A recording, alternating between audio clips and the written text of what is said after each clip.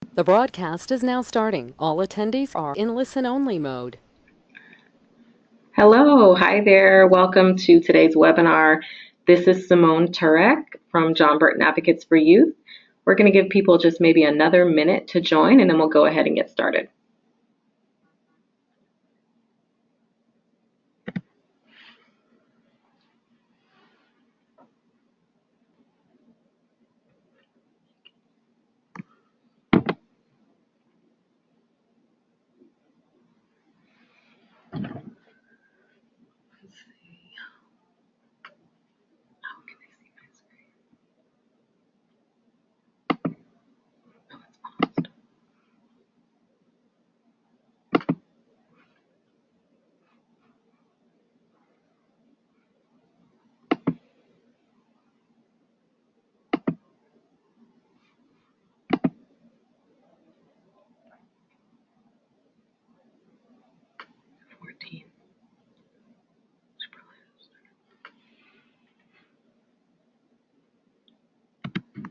Hi, welcome. Thanks for joining us. This is Simone from John Burton Advocates for Youth. We're going to go ahead and get started.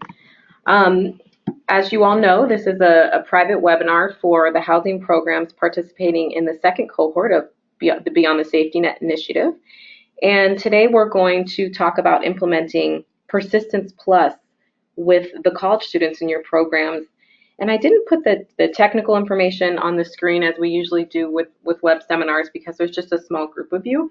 But if you encounter any strange audio issues and you're listening through your computer speakers, we'd recommend maybe switching to the call-in mode.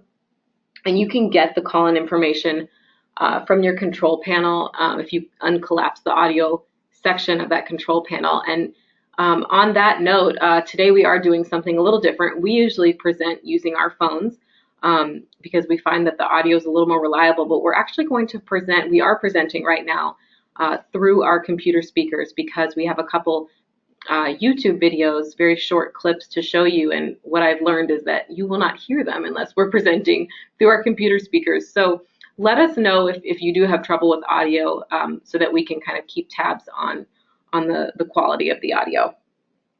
So now I'm going to advance the slide here.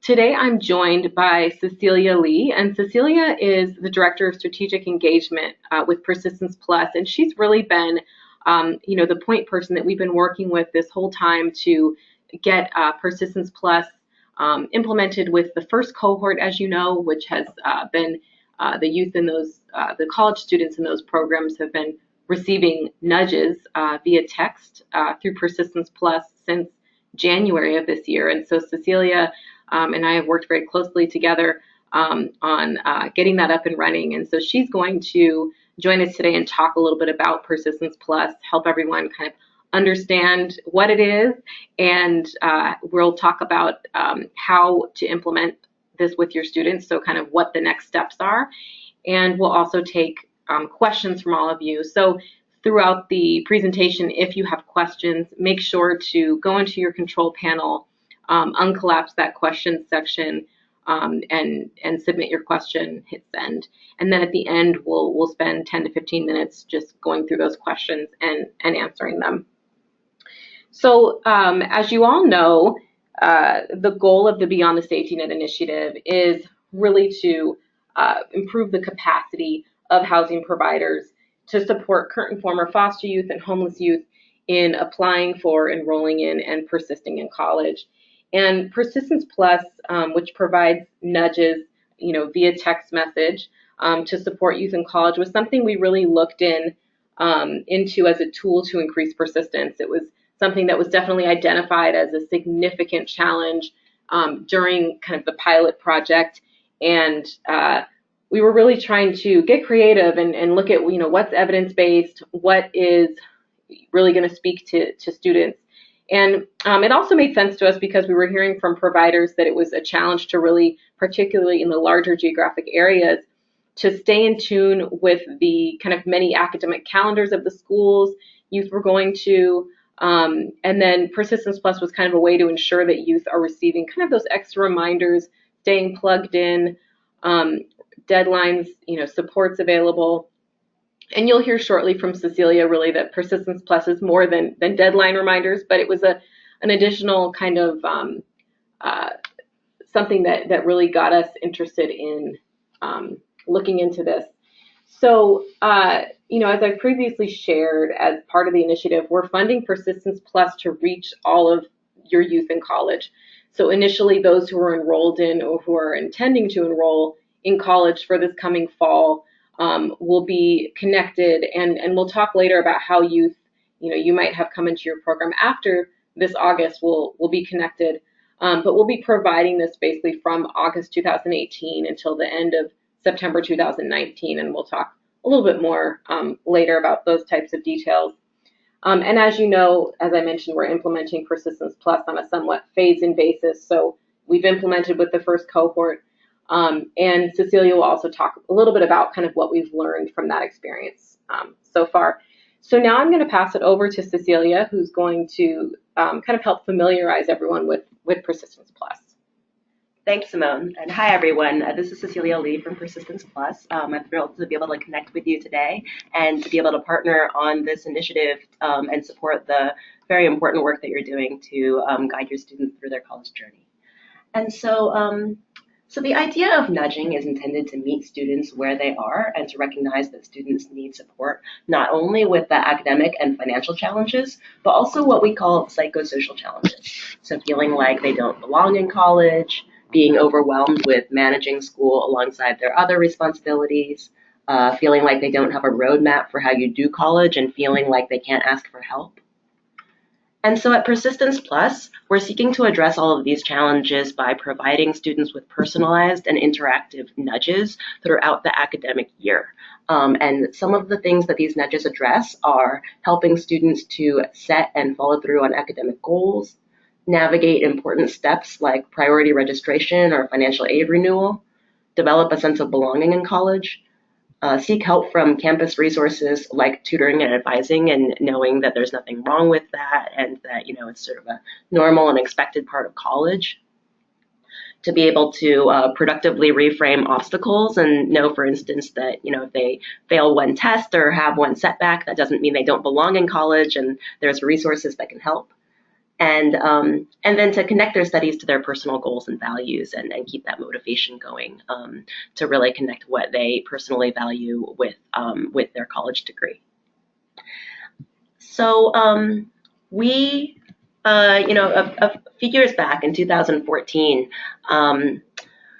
we had begun partnering with foster care counts, which they had approached us because they had heard about the work that we were doing with first-generation students and thought that this all the challenges that we were addressing were augmented for foster youth, and so they supported us to do some R&D around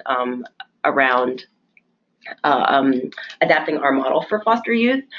So we were able to work with program directors at colleges, work with youth themselves and designing the nudges and really getting beneath the surface of what are some of the specific challenges that foster youth encounter in college, and how can nudges help smooth the path for them.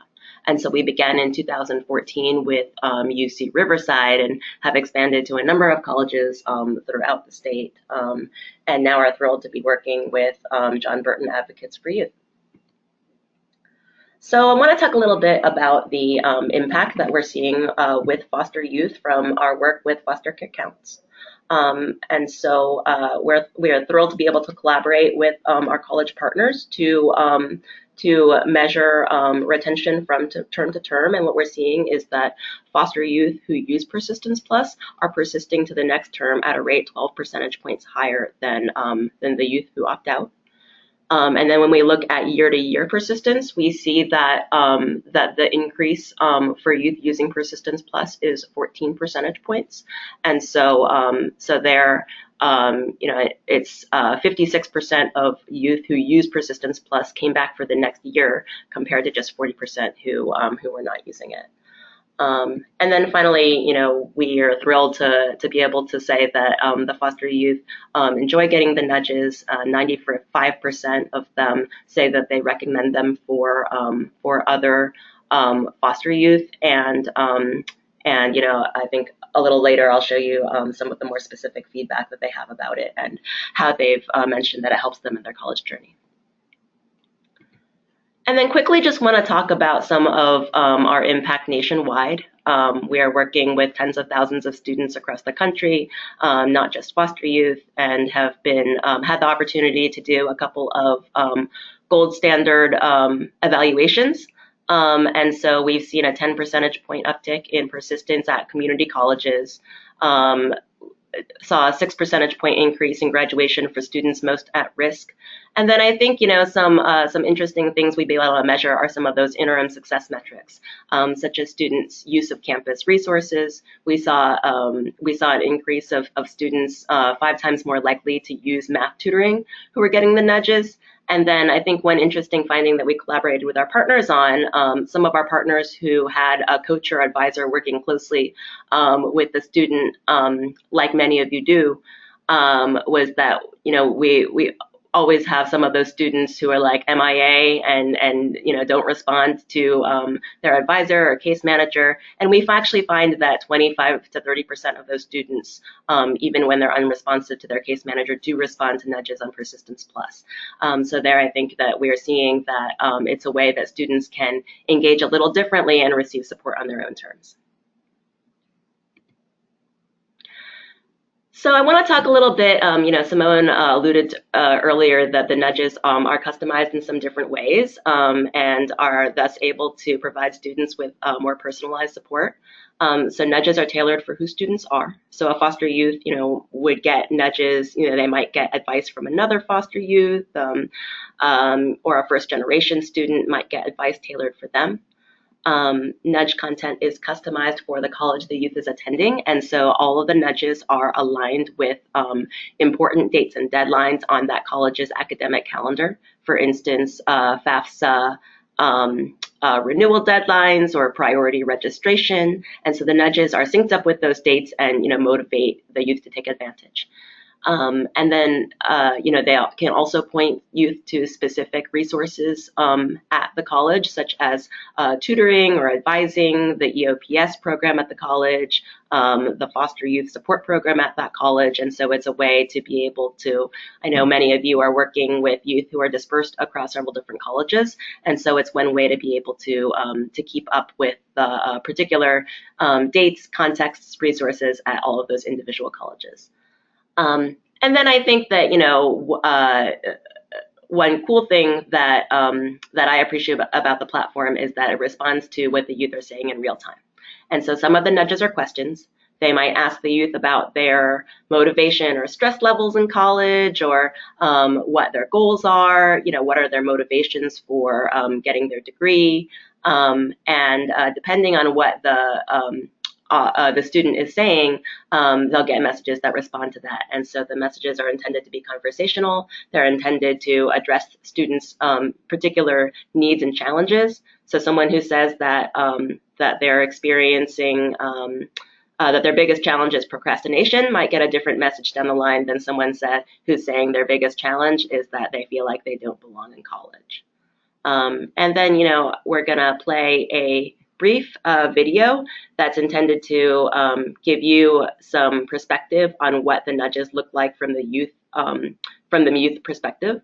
And here you'll see 2 different student profiles and how the platform interacts with them based on who they are and how they're responding.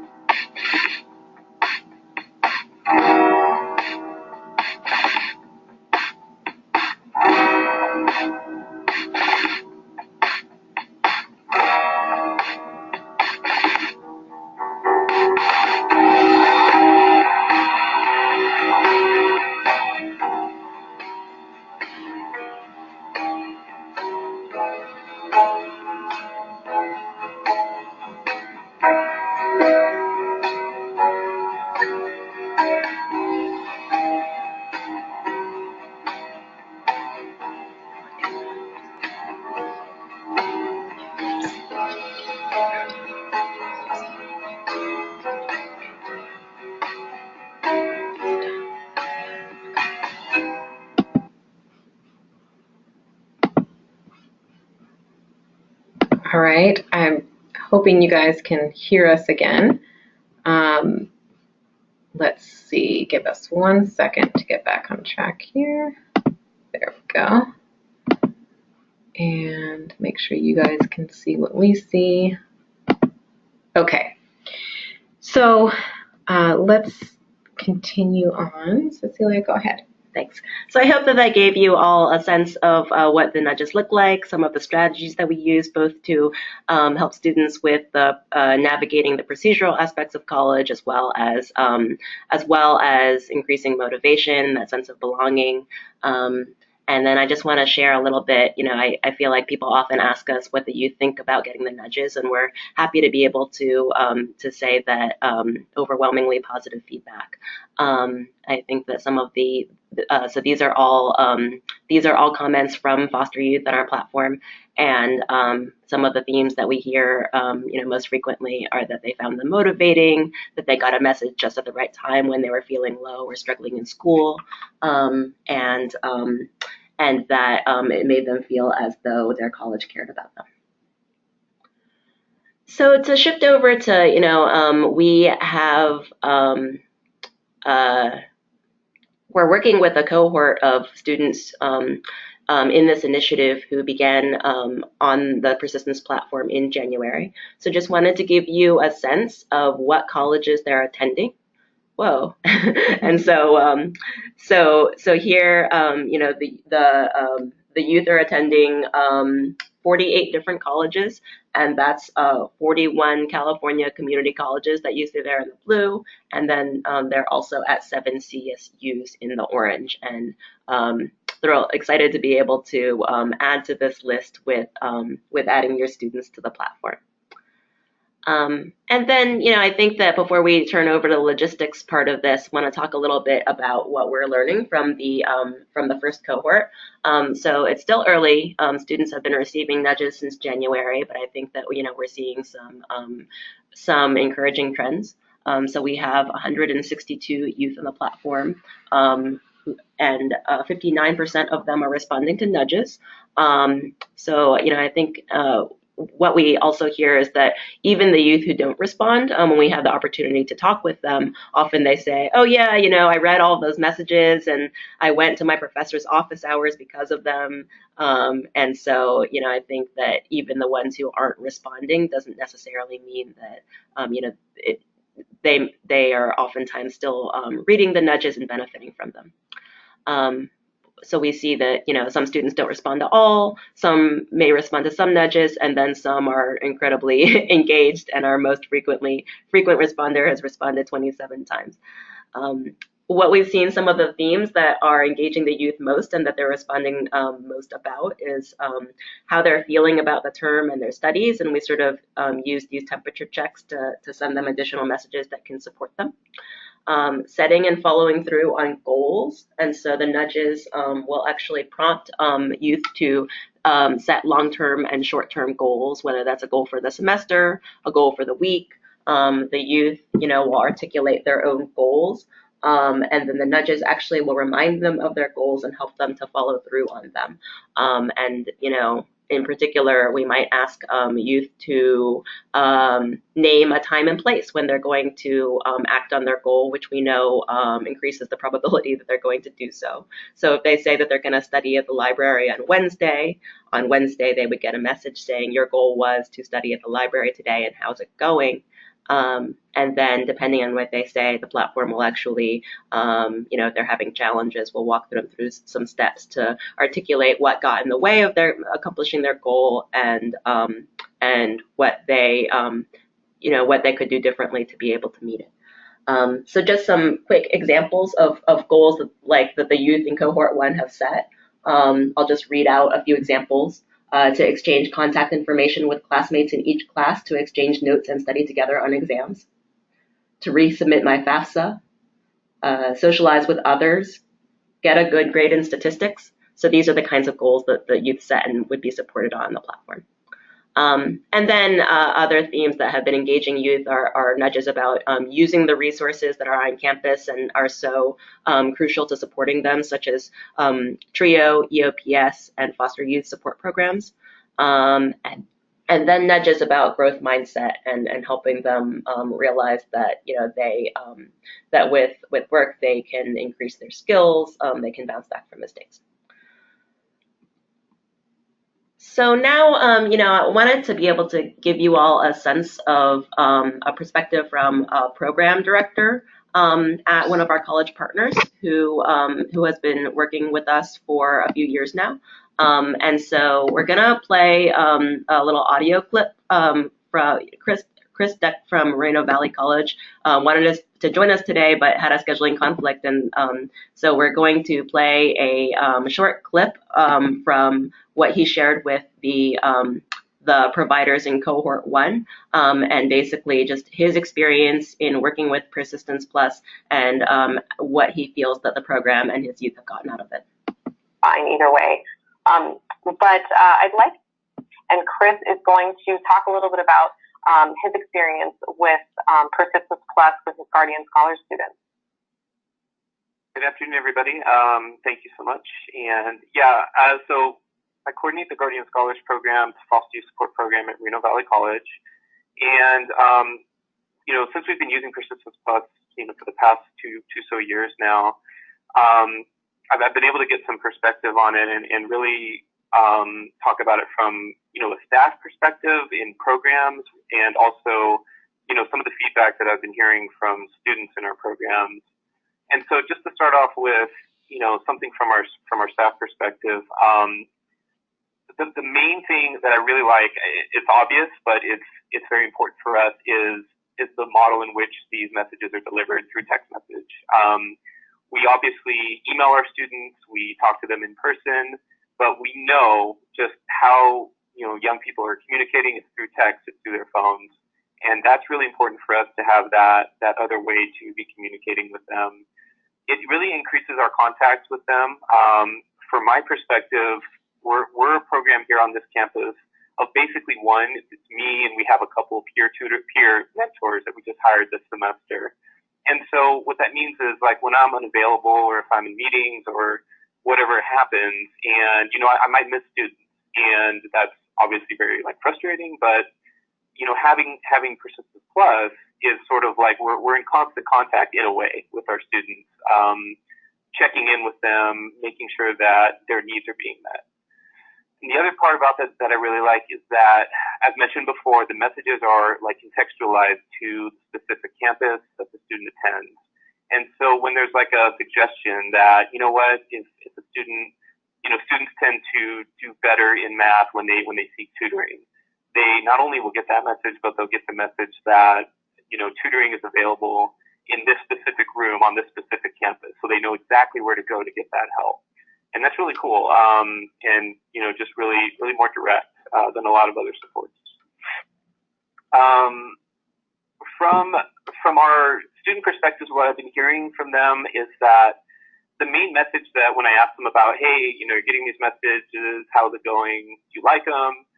The feedback I keep hearing from one informal poll basically is that, the largest benefit from it is that there's a feeling that someone is cares about them, cares about their success, is watching out for them. And, a couple of them have said even, it's something that you don't always realize, but that this is not a lot of times something that they've had from their own, obviously, parents or family, not someone there asking how's it going in school. They don't feel so alone in having to figure it out themselves.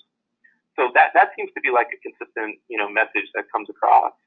And when we first started the program with them, to be honest with you, it took a little while to get them, used to it, being hey, where's this coming from? Are you texting me? It's no, I'm not texting you. It's coming from this, from this program. And just kind of explaining it to them, they definitely started to understand it. And I think they're getting just really used to it now. So another part that we really enjoy is that this texting is not just, texting in a vacuum by itself. It provides opportunities for in-person discussion. So if students report, if they're texting with this service and then they report that they're facing food insecurity or transportation issues, things like that, then, the text will refer them back to me. And then we can talk and have a discussion about, here's how our program can step in and help out with these issues. And I've had a couple situations like that. I had a student, for instance, who is kind of a pretty independent student, and so she drives, she has her own car, but she got into a car accident and was like, you know what, I don't have a car now. How am I going to make it to school? She came, she said, I got the text about, are you having transportation issues? She's like, yeah. So she came in and talked to me. And so we talked about, the bus. I'm like, did you know you have a free bus pass by attending our college? And she was like, yeah, but I don't know how to take the bus routes. I don't know how to get around. And so I was like, oh, of course, so we actually went on, we looked at the bus routes together, we figured it out. And so, it's just little things like that, I look at as little things. For our students, it may not be such a little thing, that really help out. And then pretty much, another issue is that I've had students report that, feelings of like being overwhelmed. I had a student that was having to move out of her grandmother's house because for any number of reasons, and she didn't have anywhere to go. So she was responding to the text like very, in a very depressed way, and the system knows this and, can notify us and let us know. So we had a conversation with her about that, and we gave her referrals to transitional housing programs in our local area. And it just provides that extra help. She didn't come straight to me with that problem, but she responded by text. And that's why I think, this is Persistence Plus for us. The way I look at it is, it's another piece of the puzzle of trying to keep our students motivated and engaged and continuing on with their coursework. At the end of the day, that's what it's all about. So that's been my perspective. All right, so let's get out of this. Here we go. Okay, we can get out of YouTube completely and get our PowerPoint back up. Oh, it looks like we have to go back through our slideshow here. Okay. Current slide, and there we go. So I believe, let's make sure everyone can view this. Yes, looks like you can. Okay, we're back on track. So eligible youth. So, let's talk a little bit about who can receive these nudges from Persistence Plus. So youth, obviously, this is for college students, but sometimes that can be a little bit gray. Who's considered a college student? So youth who are enrolled or who intend to be enrolled in an eligible institution of post-secondary education. And I want to talk about what an eligible institution means. What this is, so first, just to be very clear, all public schools, all public post-secondary education institutions are eligible institutions. So if you have students that are at community colleges, Cal States, UCs, those are all not even a question, right? But we know that there are sometimes questions about the private schools, the vocational, the for-profit. There's that other kind of category or categories of schools that are not the in one of those three campus systems, the public systems. And so, as probably many of you know, there are guidelines that the California Student Aid Commission has set for campuses where students can use their Cal Grant or their Chafee Grant. And some of the vocational schools meet those standards and some don't. And so for Persistence Plus, what we've opted to do, because we had to have some sort of kind of guideline as far as what schools could Persistence Plus even, research enough information about to then provide the customized text. And so we are going to just align with CSAC's eligibility guidelines. So what that means is, and what these guidelines are basically, they apply to schools where 40% of undergraduate students are borrowing federal student loans. So that's why all of the public colleges and universities are eligible. There is not 40% of undergraduate students borrowing federal student loans at those schools. So, like I said, some vocational schools will meet that, some will not. The guidelines are they have to keep their graduation rate above 30%, the school does, and their federal student loan cohort default rate below 15.5%. And so, the idea that, CSAC, the Student Aid Commission, they didn't want youth and us, many advocacy organizations that have supported legislation that has made these changes, didn't want students taking their Chafee grant or their Cal grant to schools where they were going to be just go into debt and then never graduate, or where where they would end up defaulting on their student loans or something like that. And I'm sure many of you are familiar with some of those kind of more predatory schools. And you can check on the specific institution on the CSAC website. So there's basically a list of eligible and ineligible institutions, and there's also a search engine on that website, and there's a link to that search engine on the slide at the bottom. So if you want to check, like, oh, the student in my program goes to whatever school, you can go look and see, is that school meeting those guidelines. So the next little white box on the screen, so students can continue to receive nudges even if they disenroll. So yes, so Persistence Plus will continue to send students nudges unless they tell Persistence Plus to stop. And you basically just text stop. Is that right, Cecilia? Yeah. Yeah, so it's just like kind of other apps or other texting services that the student can literally just text stop and they'll stop texting. Some students have actually found the nudges via text helpful and kind of motivating in order to continue to receive them, even if they've dropped out of school. Sometimes they've found it encouraging about re-enrolling the next term. And so some students just choose to continue to receive them, even if they're no longer in school, and that's totally fine. And then even if your program, provides updated information to us, which we'll talk about later, saying, this student has disenrolled, again, Persistence Plus will just continue to nudge them, even if they've, left your program, unless the student asks for it to stop.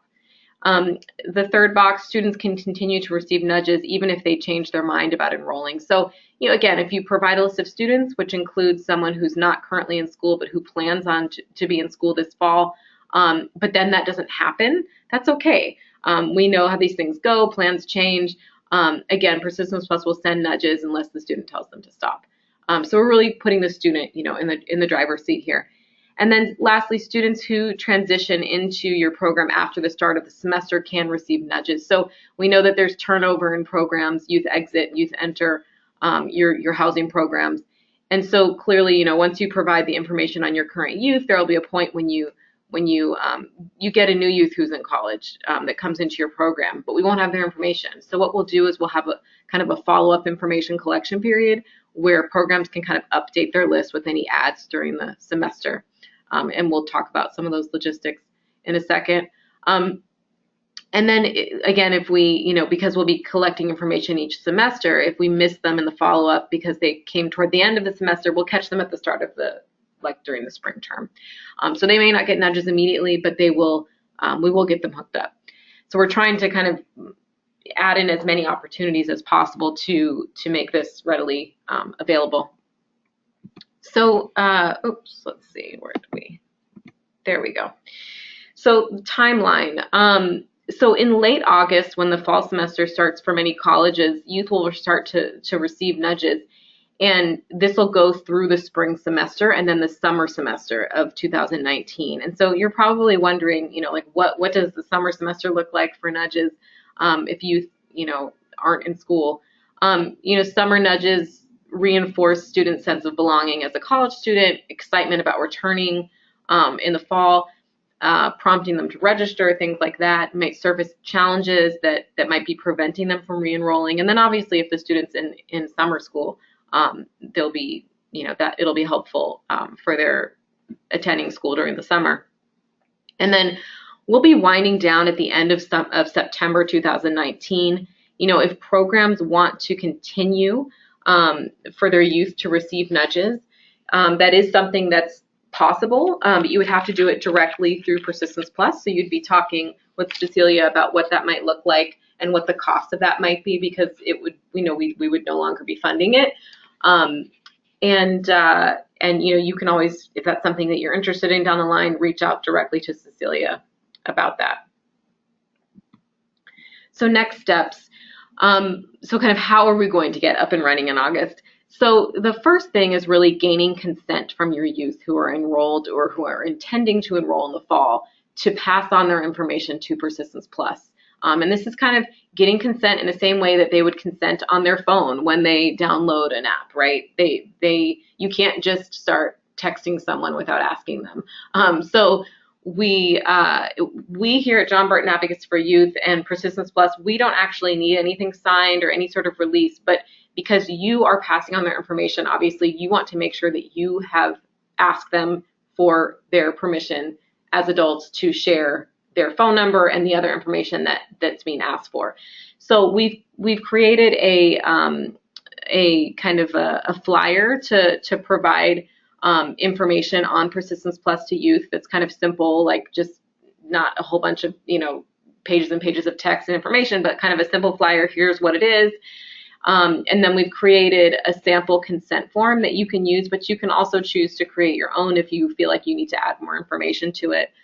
I meant to actually upload those to the handout section of the webinar. I did not do so, but I will send them out as soon as we are off the webinar to you all, so that if you want to even start today, passing out information to your young people about what Persistence Plus is and getting consent from them to pass along their information so that they can be a part of Persistence Plus. I'll send that right after the webinar so that you can start on that. Basically, that's the first step. The next step is that you guys would send this. John Burton Advocates for Youth is going to kind of be the middleman here. So each of your programs will basically send us a spreadsheet that will have each of your youth student information just listed all in one spreadsheet. And then you'll be sending that to Carolyn Ho of our office. What I'll do is I'll have her send out the email after the webinar, so you have her direct email and you can reply to her with the information. But we need this information by July 11th, so you have some time to gather it.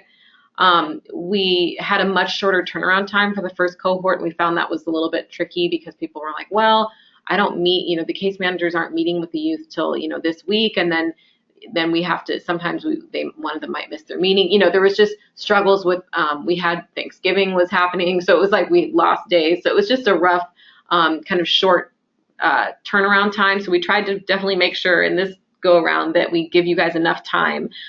So this is, well over a month to gather this information, get consent forms signed, and then get it to us. And then Carolyn will be uploading it to the Persistence Plus database.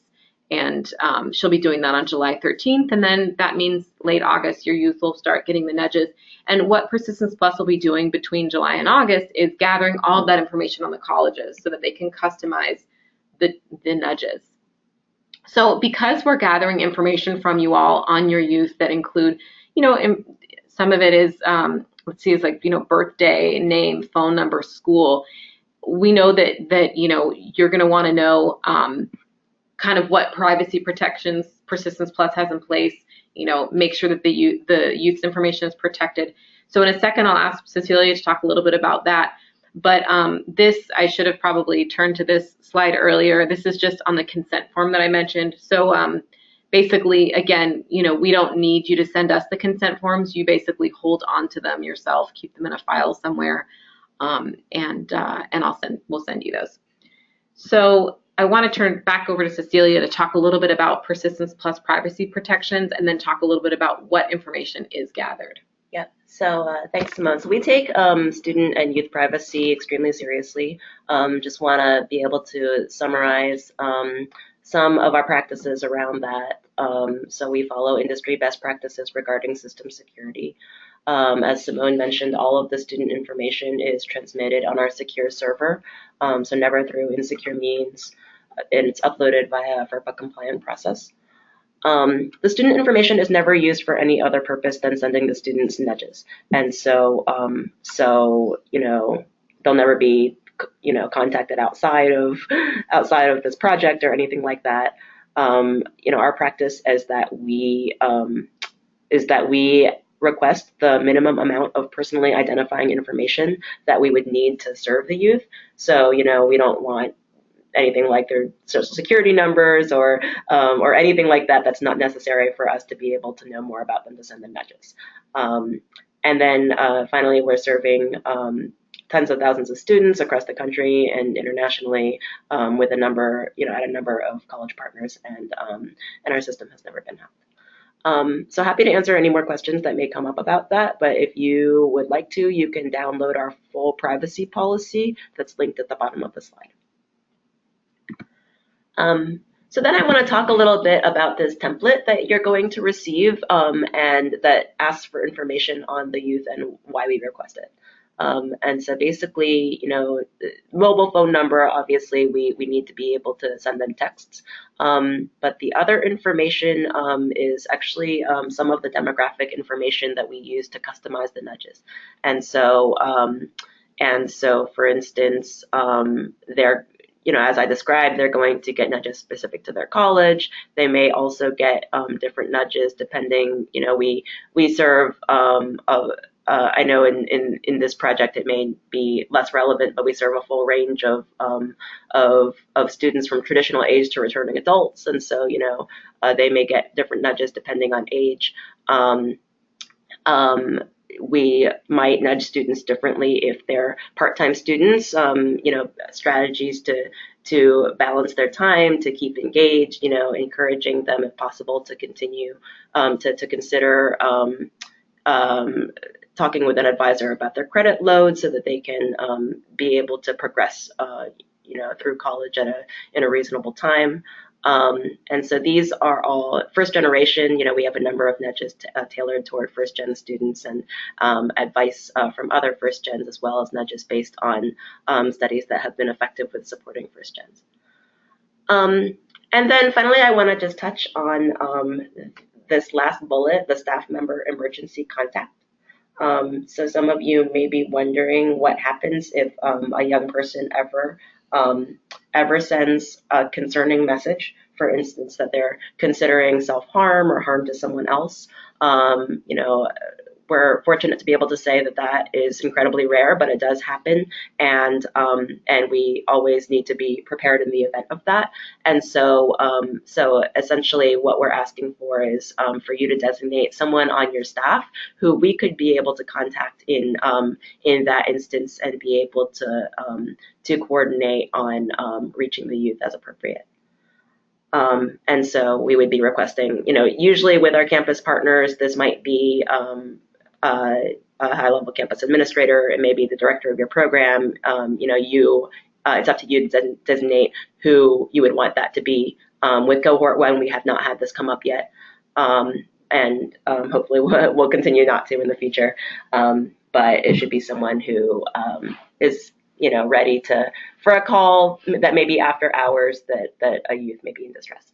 And I'll say with Cohort 1, it's usually kind of the program director who's been the emergency contact. And as Cecilia mentioned, it has not had to be used, but those are the people whose phone numbers Cecilia has, just in case. It's usually like the person over the housing program. But whoever you think is appropriate at your organization or at your program would be fine. Great. So I also wanted to, just based on our experience with the first cohort, talk about some common mistakes with the data template. And this will help us kind of avoid a lot of back and forth emails or clarifying questions, to save everyone time, including Carolyn from our office, myself, you all. And these are just common mistakes. So the first is when gathering information on ethnicity and race, there are two different questions. And a lot of people kind of thought they were the same question, or maybe just didn't look at there's, and you'll see on what we send you that there's specific responses. There's, that the system will recognize. So, for yes or no questions, it's like true or false, or yes or no will be accepted, for example.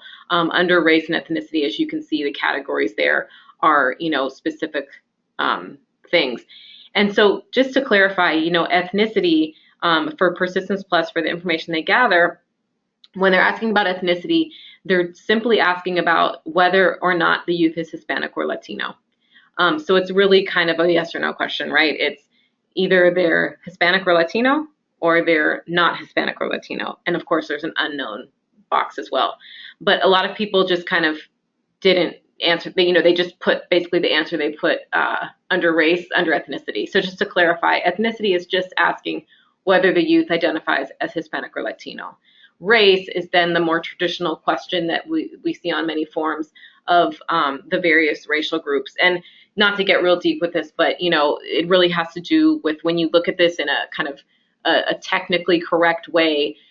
Hispanic, Latino, that's a mestizo ethnic group. It's not technically a race. And so when you talk, about kind of using the correct terminology, that's really what kind of the correct way to ask on forms. I know a lot of times forms just kind of encompass all different sorts of categories under race, which is fine, right? I mean, this is all essentially a social construct anyways, right? But the way that it's asked here is, racial categories is one question, and then the ethnicity, Hispanic or Latino. So just to clarify, those are two different questions. And you can always put unknown, and it's what the youth identifies as. So whatever they're saying they want to be put down is what's put down. And there's always, of course, an option for 2 or more races under race. So that's obviously an option. The other kind of common mistake was the question about first generation college student. So I think some people, sometimes there's like, are you a first generation, like, are your parents born in another country? Like, there's that question that people, I think, confused with. So this is, are you a first generation college student? So are you the first person in your family, or is the student the first person in their family to attend college? So that's what that question is. A couple more common mistakes.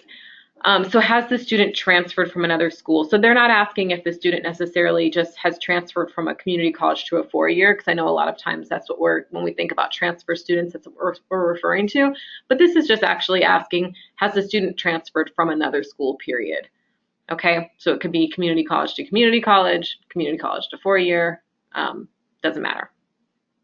And then the last two, they're organization and then name, youth, know your program by. So obviously the organization name is the actual name of your organization. So like if we were a housing program, our name is John Burton Advocates for Youth.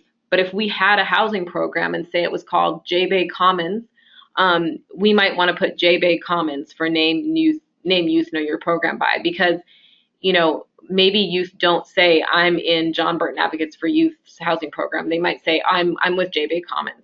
I'm sure a lot of you experience this where you have like a program name that everyone, even in your community maybe, and young people refer to and know your program as, but that might be different than your organization's name. And the reason this is important is because they might text and say, it sounds like you need to talk to your case manager at, blank. So if your youth doesn't recognize the name of your organization, you're going to want to obviously name your youth, know your program by, you're going to want to put the name that they recognize. So just last thing there. So future methods of gaining consent. So this is just kind of something to consider, but we know that tracking youth down and getting them to sign forms is not always the easiest thing to do. And so, just based on how Guardian Scholars programs at the campuses, which we know is a little different, have done things in the past, they kind of work it into, they build the consent into their program agreement. So when youth do intake at Guardian Scholars, they basically sign off saying, yes, I agree to be part of Persistence Plus. And I don't think it's like required, like they can't be in Guardian Scholars if they don't do it, but it's something that they sign during those intake forms. And so I know that it's too late to do that with the youth that are already in your program, but you might just want to consider, as youth come into your program in the future, building that consent form into that intake process to kind of eliminate chasing someone down at a later date. And it also might, be an additional motivator for enrolling in school. Like they have this extra thing going on. They might, get excited about it. And I also think that it's a little, in the beginning, when you're explaining everything to youth, kind of here's everything that we have to offer in our program. Here's what we do. I think it's a higher likelihood of consent than kind of, coming at them later, they got stuff going on and they're like, what is this? I just kind of know how things go. And I think sometimes it's easier to get everything kind of done up front. So with that, let's jump to questions. And this is just, again, we have a flyer and it's not, as I know it says download through the control panel on your right-hand side. So it's not there, but I will send it to you all, and I'll also send this webinar to you, and you can see this text here, kind of suggested language on how to explain what Persistence Plus is to students. But I'm going to dive, oh, no, there's one more slide, sorry. We are going to be hosting a web seminar once a semester to kind of report back to all of you on what we're learning from student response trends. You got kind of a sneak peek of what that looks like for the first cohort on that one slide that Cecilia presented, talking about, 59% are responding, et cetera, et cetera. So we'll be doing that for both cohorts, at the end of fall semester. We're doing that for the first cohort next month, actually, for this first semester. So I know, and this was in response to a question we got where the programs asked, can we actually see all of the text youth are receiving? But because they're dynamic, they're different slightly for every student, you'd have to see, 30 different text strains if you had 30 youth, so that wouldn't really work. But we will provide those webinars as a kind of a learning tool for all of us. So now we really are at question and answer. So we're going to look at the questions you guys have submitted. So the first one, we're just trying to uncollapse it here. There we go. If we offer incentives for students to utilize Persistence Plus, is there a way we can confirm that they use it? I would like to offer them a reward midway through the semester and then at the end. That's very, very cool. We're hoping you won't have to incentivize them, because we're hoping that they'll want to use it. And I think that, what we've learned from the first cohort is that, youth are interested in it. There's, of course, a couple youth here and there that are like, I'm good, I don't want to do it. That's fine. But we're hoping for the most part you won't have to incentivize them, and that the incentive itself will be Persistence Plus. But you are more than welcome, obviously, to do so. So Cecilia, would you be able to kind of respond to a program and say, this particular youth has been responding to the texts, or? Yeah. So I, again, I think it's great that that you're thinking about incentives. I think that, when you collect the consent for the students, we'll have that list of who has signed up for it. And then, there's always a small number of students who opt out of receiving the text, as Simone mentioned. So if you're interested, we can certainly share back with you who has opted out. I think with responses, what we see is that we always love to see high engagement, but we also know that sometimes students read the texts and act on them even if they're not responding. And so I don't know if I would recommend that it be based on who's responding or not, but I'm happy to share back with you on a program basis whether students have opted out of it or not. And I think, just as it could be interesting also as a feedback loop to circle back to any students who opted out, and we're always curious to know the reason why. Thanks. So the next one, can students who are enrolled in online courses get Persistence Plus? So Cecilia, do you want to take that? Yeah, so students who are enrolled in online college can participate in Persistence Plus, just so long as it is a Cal Grant and Chafee eligible institution, as Simone had gone over earlier. And again, you can check that list and see if your youth college is on the list. Great. Can students who are still completing high school get Persistence Plus, or is it only for post-secondary education? What about high school students who are concurrently enrolled? Yeah, so the nudges are designed specifically for youth who are attending post-secondary education. However, if the youth is attending, is in high school and is transitioning to college and intends on enrolling in college for the next semester, they can certainly be included. And then high school students who are concurrently enrolled in college courses, we have a number of those in our platform, and they can participate. And so, again, if you have any of those students, when you're providing the name of the youth's school, please indicate their college and not their high school. Great, good reminder. Let's see. Oh, this is a good one. On average, how many nudges do students get per week?